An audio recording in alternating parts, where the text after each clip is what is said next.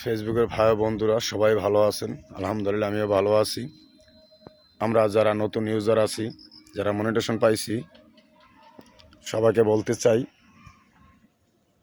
যে আমরা যারা এই মনিটেশন পাইছি, আমাকে তো হঠাৎ ইনকাম আসবে না, ইনকাম আসবে ধীরে ধীরে। আমরা যদি ভিডিও ছাড়তে পারি, যত ভিউ হবে তত ইনকাম হবে, কিন্তু আমরা তো অতটা চালু না, আর অতটা এখন পর্যন্ত আমরা স্মার্ট হইতেও পারি নাই।